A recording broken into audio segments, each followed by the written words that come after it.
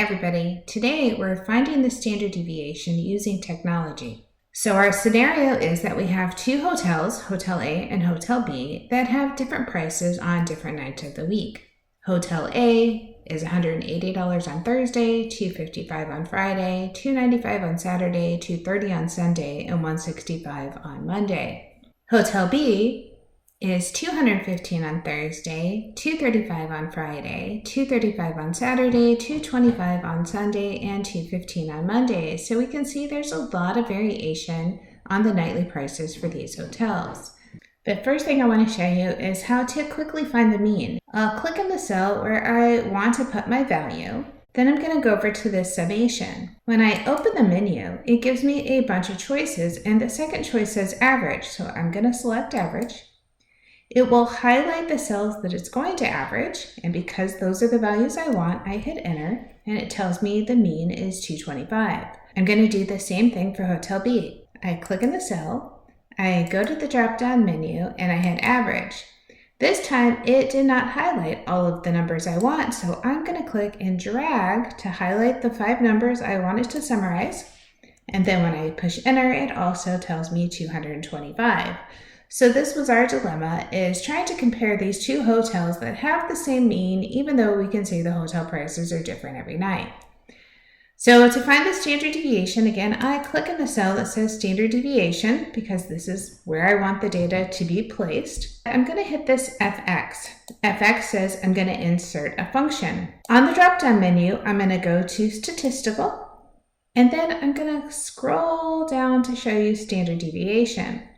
So there are a lot of standard deviations. STDEVP says it's finding the standard deviation of a population, and we don't have a population, we only have 5 nights. So we're going to go to standard deviation S, which says estimates the standard deviation based on a sample, which is what we want. So we're going to push OK. It says which numbers do you want to use? I'm going to highlight the prices from Thursday until Monday. It's going to say, these are my data values, and I can see the preview here. It went from 180 down to 165. I hit OK, and it places the value inside the box for me. Let's do the same thing for Hotel B. So I'm going to go back to FX, and we could select to go back to our most recently used, which will be that standard deviation of a sample. I say OK. Again, I need to highlight the numbers. I'm going to move this box out of the way. I'm going to highlight the numbers from Thursday night through Monday, and I can see the values again previewed. I say OK, and it says the standard deviation for Hotel B is only 10. Let's say instead of using Excel, I wanted to use Desmos. So I'm going to go over to Desmos, and I'm going to first tell it the prices. So I'm going to say A is equal to, and I do a square bracket to say I have a list of values. I type in 180, 255, 295, 230, 165. Let's do the same thing for Hotel B. So I say B equals square bracket 215, 235, 235, 225, and then 215. To get the average, I type mean, and then in parentheses, I put a capital A that tells it to pull in list A. Same thing for B, I type mean, parentheses B, and it says 225. To get the standard deviation, I type STDEV, and see how it went from italics to regular letters. It says it recognizes this as a command. I type in A, and it gives me the standard deviation.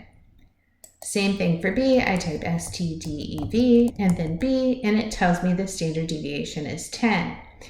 If you forget the commands, because that's easy to do, you can open up the keyboard, go to the functions, and look for statistics. So you can see mean is the first one because it's most often used, and then standard deviation is just 2 below. I hope that was really helpful and that you see it's really easy and quick to find standard deviation using technology.